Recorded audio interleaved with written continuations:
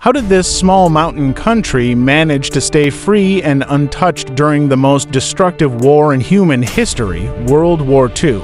Right in the heart of a burning Europe, completely surrounded by the Axis powers, yet Switzerland survived. Why? Let's find out. First of all, geography. Switzerland is literally hidden among the towering Alps. Its rugged terrain, steep valleys, and narrow mountain passes act as natural fortresses. Any invasion here would mean fighting uphill, through tunnels and snow, against defenders who knew every rock and every slope.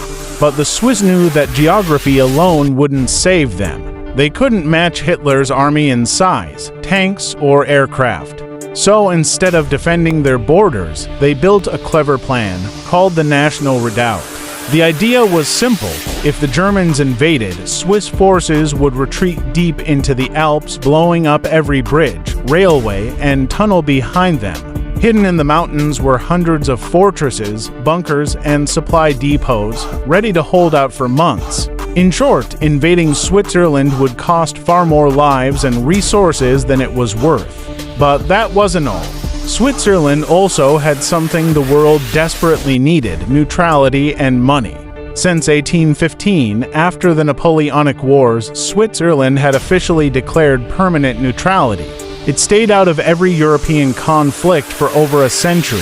When the Second World War began, Nazi Germany's currency wasn't accepted in most of the world. But Swiss banks, they still were. So, the Nazis traded with Switzerland, selling looted gold, which the Swiss melted and resold as neutral gold.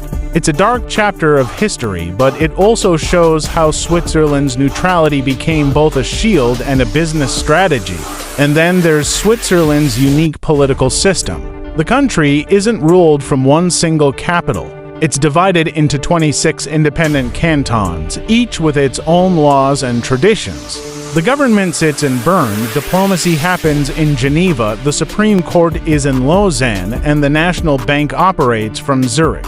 Power is spread, not centralized, which makes the country harder to control, even from within. So, in the end, it wasn't just mountains that protected Switzerland. It was strategy, neutrality, and unity. A small country that understood one truth. Sometimes the smartest way to win a war is to never fight it at all.